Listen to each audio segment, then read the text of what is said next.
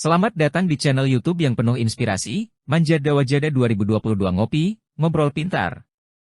Di sini, berkumpul, berdiskusi, dan menghadirkan segudang pengetahuan yang menarik. Bersiaplah untuk menjelajahi video-video penuh kecerdasan dan inspirasi di channel ini. Setiap konten kami memberikan Anda wawasan pengetahuan yang luar biasa. Jadi, jangan biarkan kesempatan berlalu begitu saja. Ikuti perjalanan kami dan jangan lewatkan video-video pilihan kami. Aktifkan lonceng notifikasi agar Anda selalu menjadi yang pertama mengetahui setiap konten terbaru yang kami unggah. Jika video-video di channel Manjada Wajada 2022 Ngopi, Ngobrol Pintar, memberikan manfaat bagi Anda, jangan ragu untuk menjadi bagian dari komunitas kami yang penuh semangat. Langkah pertama adalah dengan menekan tombol subscribe. Selain itu, jangan lupa untuk memberikan like, komen, dan share video kami kepada orang-orang terdekat Anda. Bersiaplah untuk melangkah ke dunia yang lebih dalam, di mana inspirasi dan pengetahuan bergabung menjadi satu. Kami siap untuk membimbing Anda dalam setiap perjalanan ini. Terima kasih telah memilih kami sebagai sumber wawasan Anda. Bersama-sama, kita akan menciptakan masa depan yang cerdas dan inspiratif. Jadi, mari bergabung sekarang dan mulai petualangan ngopi, ngobrol pintar, bersama Manjada Wajada 2022. Ayo, jangan sampai ketinggalan. Oke. Hari ini materi yang akan kita bahas tentang Supervised Learning Model Naive Bayes. Tapi sebelum itu ada pun tujuan materi ini. 1. Mahasiswa mampu memahami dan menjelaskan model algoritma model Naive Bayes. 2. Mahasiswa mampu memahami dan menjelaskan kelebihan dan kekurangan model Naive Bayes. 3. Mahasiswa mampu memahami dan menjelaskan teorema Bayes. 4. Mahasiswa mampu memahami dan menjelaskan klasifikasi dengan Naive Bayes. 5. Mahasiswa mampu memahami dan menjelaskan contoh kasus Naive Bayes. 6. Mahasiswa mampu memahami dan menjelaskan membangun program Supervised Learning Model Naive Bayes. Oke, mari kita bahas satu persatu materi hari ini. Materi yang akan kita bahas tentang model Naive Bayes. Model Naive Bayes adalah salah satu algoritma klasifikasi yang populer dan efisien. Model ini didasarkan pada teorema Bayes, yang merupakan konsep dasar dalam teori probabilitas. Algoritma ini sering digunakan dalam pengklasifikasian teks, analisis sentimen, deteksi spam, dan banyak aplikasi lainnya. Model Naive Bayes memiliki asumsi yang kuat, yaitu asumsi bahwa setiap fitur dalam data latih adalah independen satu sama lain. Artinya, anggapan ini menyatakan bahwa keberadaan atau nilai suatu fitur tidak bergantung pada keberadaan atau nilai fitur-fitur lainnya. Meskipun asumsi ini jarang terpenuhi secara sempurna dalam dunia nyata, model Naive Bayes tetap memberikan hasil yang baik dalam banyak kasus. Proses kerja model Naive Bayes dapat dijelaskan dengan menggunakan teorema Bayes. Teorema ini menyatakan bahwa probabilitas suatu peristiwa terjadi, yang dalam konteks ini adalah kelas atau label, dapat dihitung berdasarkan probabilitas kelas tersebut dan probabilitas fitur-fitur yang ada. Dalam model Naive Bayes, kelas dengan probabilitas tertinggi akan menjadi prediksi yang dihasilkan oleh algoritma. Pada tahap pelatihan, model Naive Bayes menghitung probabilitas prior untuk setiap kelas dengan menghitung frekuensi kemunculan kelas dalam data latih.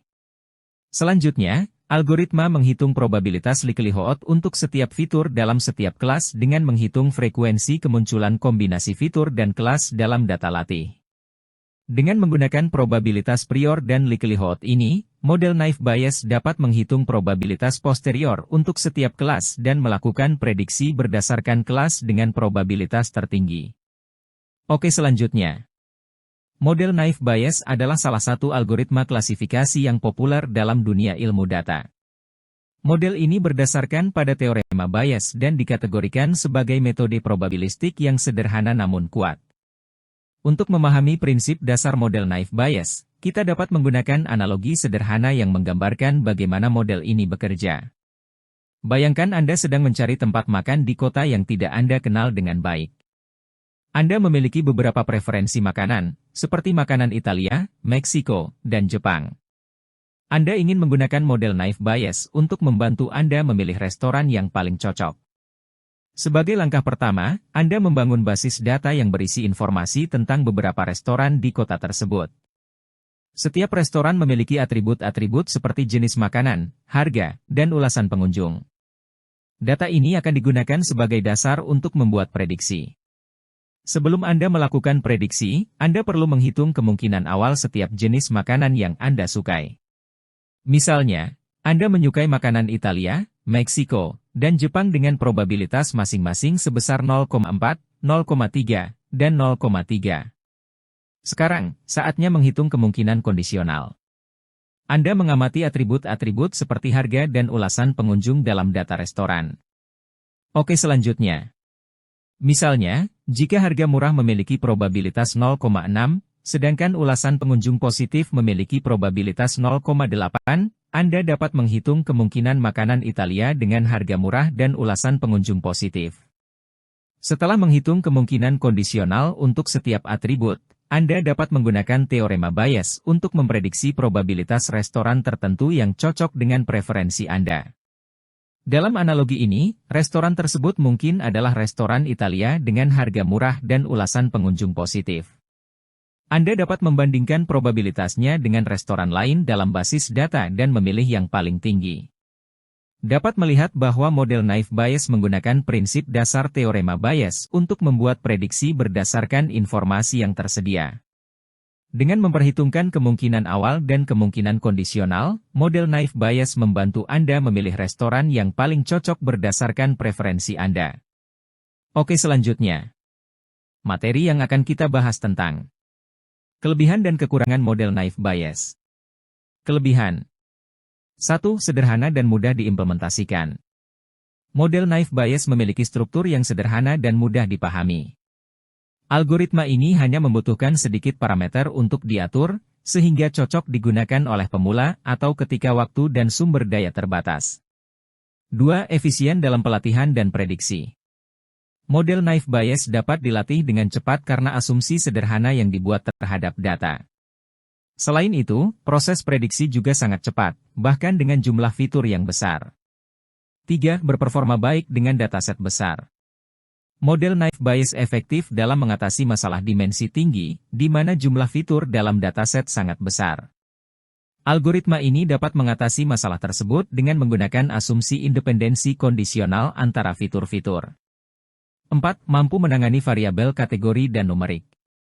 Naive Bayes dapat digunakan untuk menangani data yang memiliki variabel kategori maupun numerik. Untuk variabel kategori, Naive Bayes menghitung probabilitas munculnya kategori tertentu, sedangkan untuk variabel numerik, distribusi probabilitas dapat diperkirakan dengan menggunakan teknik seperti distribusi normal. Oke, selanjutnya. Kekurangan 1. Asumsi independensi yang kuat. Model Naive Bayes mengasumsikan independensi kondisional antara fitur-fitur yang ada dalam data. Asumsi ini bisa menjadi terlalu kuat dan tidak realistis dalam banyak kasus nyata, sehingga dapat menghasilkan prediksi yang tidak akurat. 2. Sensitif terhadap data pelatihan yang tidak representatif. Naive Bayes menghitung probabilitas berdasarkan data pelatihan yang ada. Jika data pelatihan tidak mencerminkan distribusi sebenarnya dari data yang akan diprediksi, model ini dapat menghasilkan prediksi yang bias atau tidak akurat. 3. Kurang efektif untuk masalah regresi. Meskipun model Naive Bayes umumnya digunakan untuk klasifikasi, namun kurang efektif untuk masalah regresi. Regresi linear atau metode lainnya biasanya memberikan performa yang lebih baik dalam hal ini. 4. Mengabaikan interaksi antara fitur. Model Naive Bayes mengabaikan interaksi atau ketergantungan antara fitur-fitur dalam data. Jika terdapat interaksi yang penting antara fitur-fitur, model ini tidak dapat menggambarkannya dengan baik, sehingga dapat mengurangi akurasi prediksi. Oke, selanjutnya. Materi yang akan kita bahas tentang teorema Bayes. Teorema Bayes adalah salah satu konsep penting dalam statistika dan probabilitas yang menjadi dasar bagi model Naive Bayes. Dalam konteks klasifikasi, teorema Bayes memungkinkan kita untuk menghitung probabilitas suatu kelas, dengan mempertimbangkan data yang diberikan. Teorema Bayes dapat ditulis dalam bentuk persamaan sebagai berikut. P, CX, P, XC, P, C, P, X. Di sini, P, CX, mewakili probabilitas kelas C, diberikan data X. Artinya, kita ingin menghitung seberapa mungkin suatu data X termasuk dalam kelas C. P, X, C, mengacu pada probabilitas data X, diberikan bahwa data tersebut termasuk dalam kelas C. Ini memberikan gambaran tentang seberapa baik data X menjelaskan atau sesuai dengan kelas C yang sedang dipertimbangkan. P, C, adalah probabilitas prior kelas C. Ini adalah probabilitas awal atau sebelumnya yang kita miliki tentang kelas C, sebelum mempertimbangkan data X. P, C, dapat diperoleh dari pengamatan sebelumnya atau didasarkan pada informasi domain yang tersedia. P, X, adalah probabilitas data X secara keseluruhan, tanpa memperhatikan kelas tertentu. Ini digunakan sebagai faktor normalisasi untuk memastikan bahwa hasil perhitungan adalah probabilitas yang valid. Oke, selanjutnya. Dengan menggunakan teorema Bayes, kita dapat menghitung probabilitas posterior kelas C, yaitu probabilitas kelas C setelah mempertimbangkan data X. Ini memungkinkan kita untuk melakukan klasifikasi berdasarkan probabilitas dan memilih kelas dengan probabilitas tertinggi. Model naive Bayes, yang didasarkan pada teorema Bayes, mengasumsikan independensi kondisional antara fitur-fitur yang diberikan.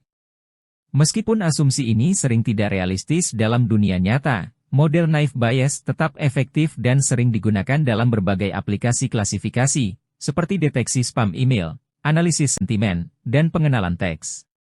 Dalam rangkaian langkah-langkah naive Bayes, teorema Bayes digunakan untuk menghitung probabilitas posterior kelas, dan dengan membandingkan probabilitas posterior untuk setiap kelas, kita dapat melakukan klasifikasi data dengan mengasumsikan kelas dengan probabilitas tertinggi sebagai prediksi akhir.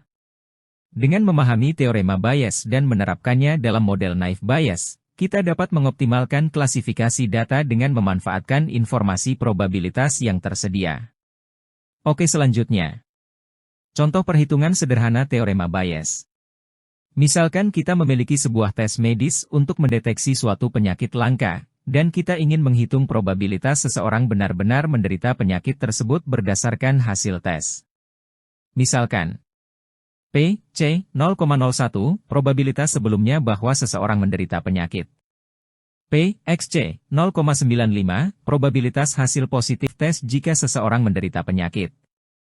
P, X, 0,02, probabilitas hasil positif tes secara keseluruhan.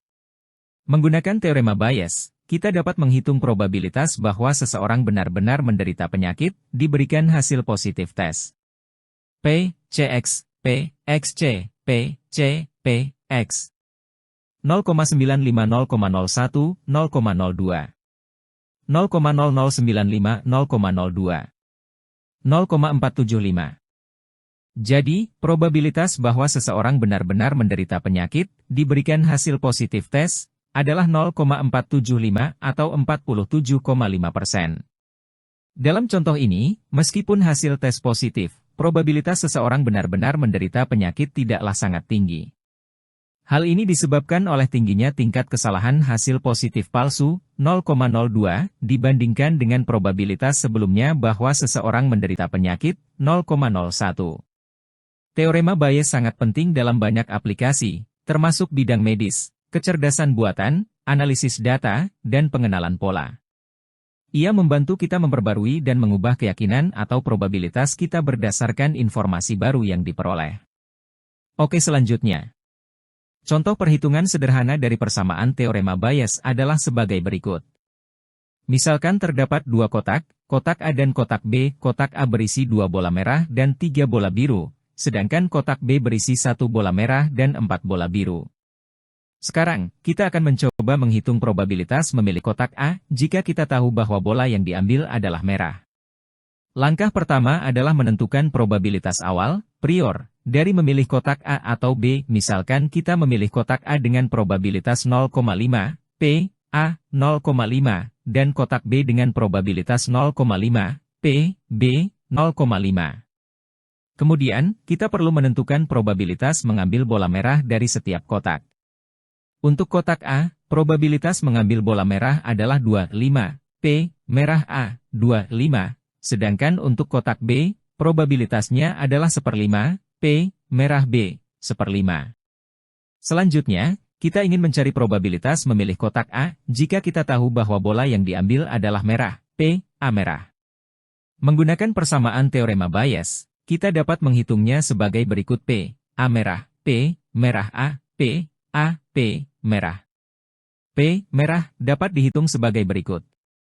P, merah, A, P, A, P, merah B, P, B, 250,5, 1/5 0,5, 0,2, 0,1, 0,3. Kemudian, kita bisa mengganti nilai yang diketahui ke dalam persamaan teorema Bayes. P, A merah, 250,5, 0,3, 0,4, 0,34, 31,33. Jadi, probabilitas memilih kotak A, jika kita tahu bahwa bola yang diambil adalah merah, adalah sekitar 1,33 atau sekitar 44%. Oke, selanjutnya. Materi yang akan kita bahas tentang klasifikasi dengan naive Bayes. Klasifikasi merupakan salah satu teknik penting dalam bidang ilmu data yang digunakan untuk mengelompokkan atau memprediksi kelas dari suatu data.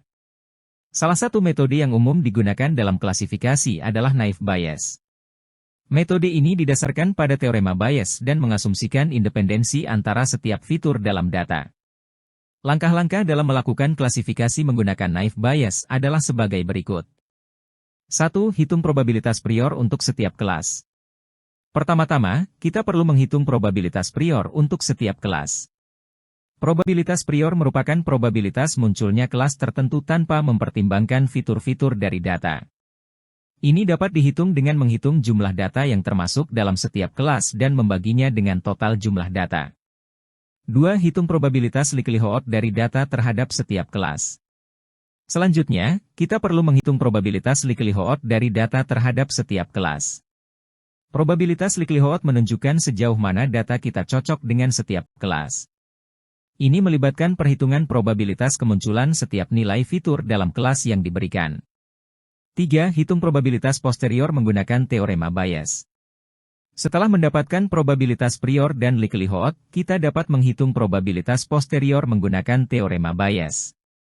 Probabilitas posterior merupakan probabilitas kelas yang diperbarui setelah melihat data.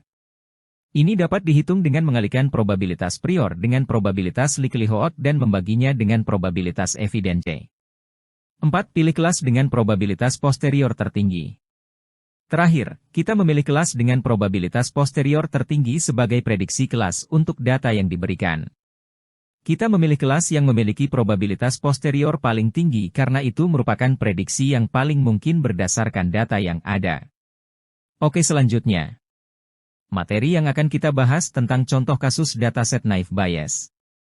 Klasifikasi email sebagai spam atau bukan spam. Mari kita asumsikan bahwa kita memiliki dataset yang terdiri dari email-email dan labelnya, spam atau bukan spam. Dataset ini akan digunakan untuk melatih model naive Bayes yang dapat mengklasifikasikan email baru. Dapat kita lihat tabel dataset email. Pada contoh ini, kita memiliki 6 email dengan 2 kelas yang berbeda, spam dan bukan spam. Tujuan kita adalah untuk melatih model naive Bayes menggunakan dataset ini dan kemudian menggunakan model tersebut untuk mengklasifikasikan email baru sebagai spam atau bukan spam. Oke, selanjutnya. Untuk melakukan perhitungan menggunakan teorema naive Bayes pada dataset ini, kita akan membaginya menjadi beberapa langkah. Langkah 1. Menyiapkan data. Menentukan jumlah email yang termasuk dalam masing-masing kelas, spam dan bukan spam. Jumlah email spam, n-spam, 3. Jumlah email bukan spam, not spam, 3. Langkah 2, menghitung probabilitas prior. Menghitung probabilitas prior untuk setiap kelas. P, spam, n-spam, not spam, 3605. P, bukan, not spam, n-spam, not spam, 3605. Langkah 3, menghitung probabilitas likelihood. Menghitung probabilitas kemunculan setiap kata dalam masing-masing kelas. Untuk kata, beli.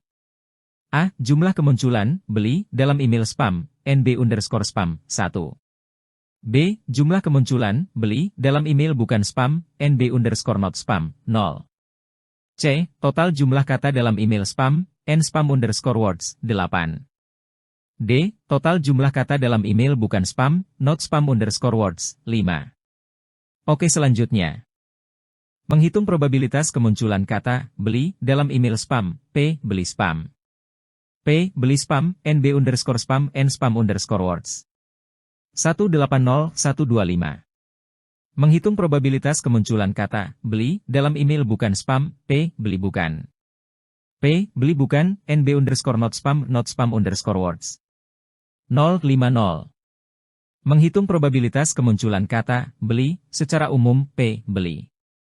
P. Beli, NB_spam, NB_not spam, N spam_words, not spam_words. 1085000833. Untuk kata sekarang. A. Jumlah kemunculan sekarang dalam email spam, NS_spam, 1. B. Jumlah kemunculan sekarang dalam email bukan spam, NS_not spam, 0. C. Total jumlah kata dalam email spam, N spam_words, 8. D. Total jumlah kata dalam email bukan spam, not spam_words, 5. Oke, selanjutnya. Menghitung probabilitas kemunculan kata sekarang dalam email spam, P. Sekarang spam. P. Sekarang spam, NS_spam, N spam_words 180125. Menghitung probabilitas kemunculan kata sekarang dalam email bukan spam, P. Sekarang bukan. P. Sekarang bukan, NS_not spam, not spam_words 050. Menghitung probabilitas kemunculan kata sekarang secara umum, P. Sekarang. P. Sekarang, NS_spam, PNS_not spam, N spam_words, not spam_words. 1085000833. Langkah 4. Klasifikasi email baru. Misalnya, kita ingin mengklasifikasikan email baru, promo spesial, beli sekarang dan dapatkan diskon, sebagai spam atau bukan spam menggunakan model naive Bayes yang telah dilatih. Menghitung probabilitas posterior untuk setiap kelas menggunakan teorema naive Bayes. P. Spam email baru, P. Beli spam, P. Sekarang spam, P. Spam. 0125012505000078. P. Bukan email baru, P. Beli bukan, P. Sekarang bukan, P. Bukan. 00050. Karena P. Spam email baru, P. Bukan email baru, kita akan mengklasifikasikan email baru ini sebagai spam. Dengan menggunakan rumus dan perhitungan di atas, kita dapat membangun dan menerapkan model naive Bayes untuk mengklasifikasikan email sebagai spam atau bukan spam berdasarkan kemunculan kata-kata yang ada dalam email tersebut. Oke, selanjutnya. Materi yang akan kita bahas tentang membangun program supervised learning. Model naive Bayes. Langkah-langkah dalam melakukan klasifikasi teks menggunakan algoritma naive Bayes. Langkah pertama adalah mengimpor pustaka yang diperlukan. Seperti Pandas untuk manipulasi data, Count Vectorizer untuk mengubah teks menjadi fitur numerik, dan Multinomial NB untuk menggunakan algoritma naive Bayes. Selanjutnya, kita menggunakan train_test_split untuk membagi data menjadi data latih dan data uji. Kemudian, kita menggunakan fitur Count Vectorizer untuk mengubah teks menjadi fitur numerik yang dapat digunakan oleh algoritma. Setelah itu, kita melatih model dengan menggunakan algoritma multinomial NB dan mengukur akurasinya menggunakan accuracy_score. Terakhir, kita dapat membuat matriks kebingungan untuk menganalisis hasil klasifikasi menggunakan Confusion_matrix dan memvisualisasikannya menggunakan Seaborn dan Matplotlib. Pada gambar ini implementasi langkah pertama adalah mengimpor pustaka yang diperlukan. Mohon diikuti sesuai dengan gambar, silahkan dicoba di ide yang Anda minati. Selamat mencoba. Oke. Selanjutnya. Langkah kedua. Kita menggunakan dataset dalam bentuk diktionary untuk membuat data frame menggunakan library Pandas.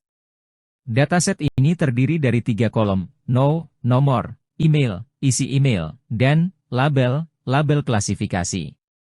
Kolom no berisi nomor urut dari 1 hingga 6, kolom email berisi teks email yang beragam seperti penawaran, pengingat, dan pertanyaan, dan kolom label berisi label klasifikasi, spam, atau bukan, untuk masing-masing email. Data frame adalah struktur data tabular yang memungkinkan pengolahan dan analisis data dengan mudah. Dalam kasus ini, data frame digunakan untuk mewakili dataset email dengan kolom yang sesuai. Pada gambar ini implementasi langkah kedua, kita menggunakan dataset dalam bentuk diktionary untuk membuat data frame menggunakan library. Mohon diikuti sesuai dengan gambar, silahkan dicoba di ide yang Anda minati. Selamat mencoba. Oke. Selanjutnya. Pada langkah ketiga preprocessing, digunakan vectorizer count vectorizer untuk mengubah teks email dalam dataset menjadi representasi numerik. Pertama, objek count vectorizer diinisialisasi. Kemudian, metode fit_transform dari objek vectorizer digunakan untuk mengubah teks email dalam kolom email menjadi vektor representasi numerik. Hasil transformasi disimpan dalam variabel X. Selanjutnya, kolom label dari data frame DF disimpan dalam variabel Y sebagai target atau label yang ingin diprediksi. Dengan langkah ini, data teks yang awalnya tidak dapat diproses oleh algoritma mesin learning dapat diubah menjadi representasi numerik yang dapat digunakan dalam proses pembelajaran mesin. Pada gambar ini implementasi pada langkah ketiga preprocessing, mohon diikuti sesuai dengan gambar, silahkan dicoba di ide yang Anda minati. Selamat mencoba. Oke. Selanjutnya, langkah keempat. Membagi data ke dalam set pelatihan dan pengujian adalah dengan menggunakan fungsi train_test_split dari pustaka Sklearn. Model_selection. Fungsi ini mengambil dua masukan utama, yaitu X dan Y, yang merupakan fitur dan target dari dataset yang akan dibagi. Data dibagi menjadi 4 kelompok, X_train, X_test, Y_train, dan Y_test. Set pelatihan, X_train dan Y_train, digunakan untuk melatih model, sedangkan set pengujian, X_test dan Y_test, digunakan untuk menguji performa model yang telah dilatih. Parameter test_size 0,2 menentukan ukuran set pengujian. Dalam kasus ini, 20% dari data akan digunakan untuk pengujian, sedangkan 80% digunakan untuk pelatihan. Parameter random_state 42 digunakan untuk memastikan hasil yang sama setiap kali fungsi ini dipanggil, sehingga dapat direproduksi secara konsisten.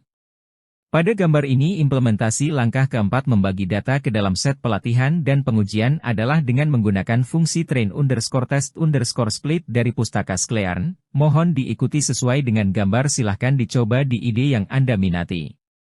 Selamat mencoba. Oke. Selanjutnya, langkah kelima. Melatih model naive Bayes adalah menginisialisasi model dengan menggunakan kelas multinomial NB dari pustaka scikit-learn.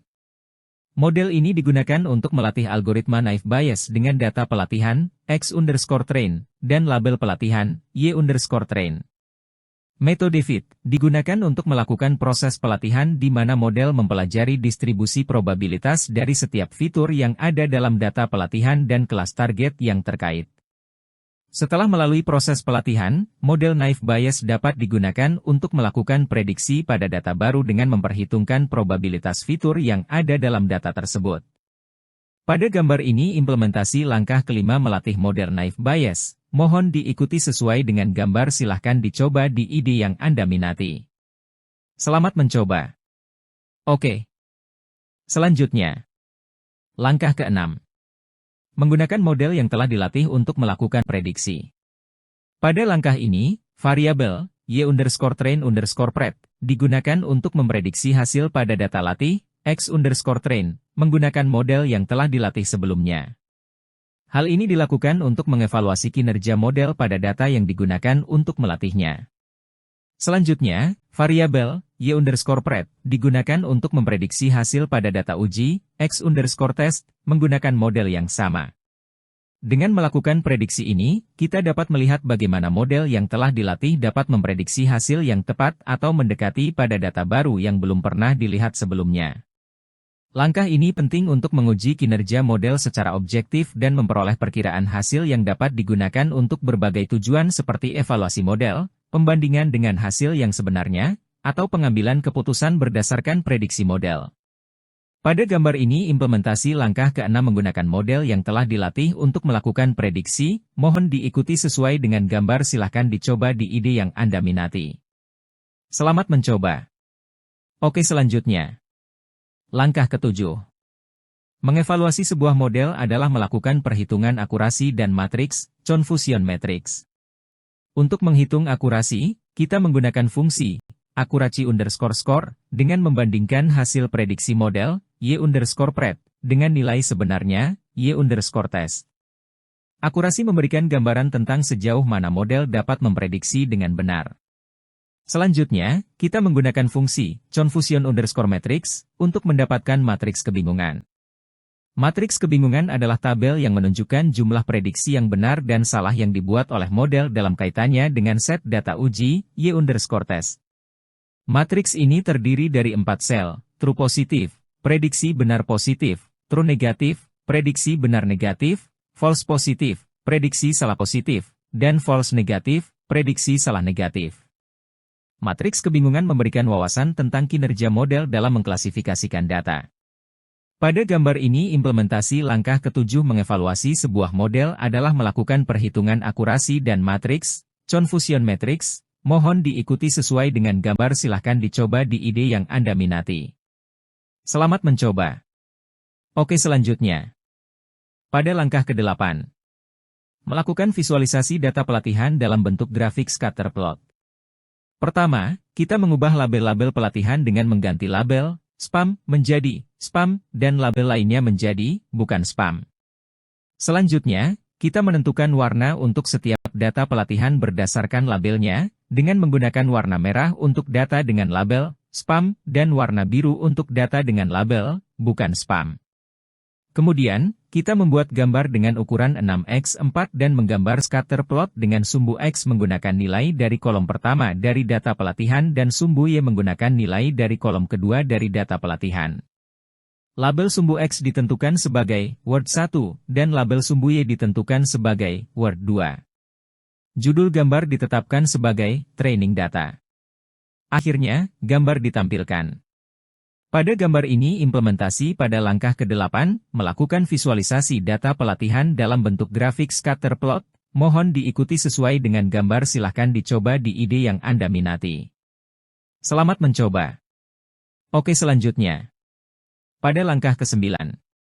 Melakukan visualisasi label yang diprediksi pada data pelatihan. Pertama, kita menghasilkan daftar label prediksi untuk data pelatihan menggunakan pendekatan one-liner. Jika label adalah spam, maka label prediksi akan disetel sebagai spam, jika bukan, maka akan disetel sebagai bukan spam. Kemudian, kita memberikan warna merah untuk label spam dan warna biru untuk label bukan spam dalam daftar warna prediksi. Selanjutnya, kita membuat sebuah diagram scatter plot dengan sumbu X dan Y adalah Word 1 dan Word 2 dari data pelatihan. Setiap titik pada plot scatter memiliki warna yang sesuai dengan label prediksi.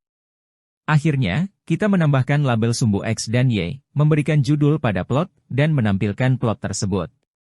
Pada gambar ini implementasi pada langkah ke-9 melakukan visualisasi label yang diprediksi pada data pelatihan, mohon diikuti sesuai dengan gambar, silahkan dicoba di ide yang Anda minati.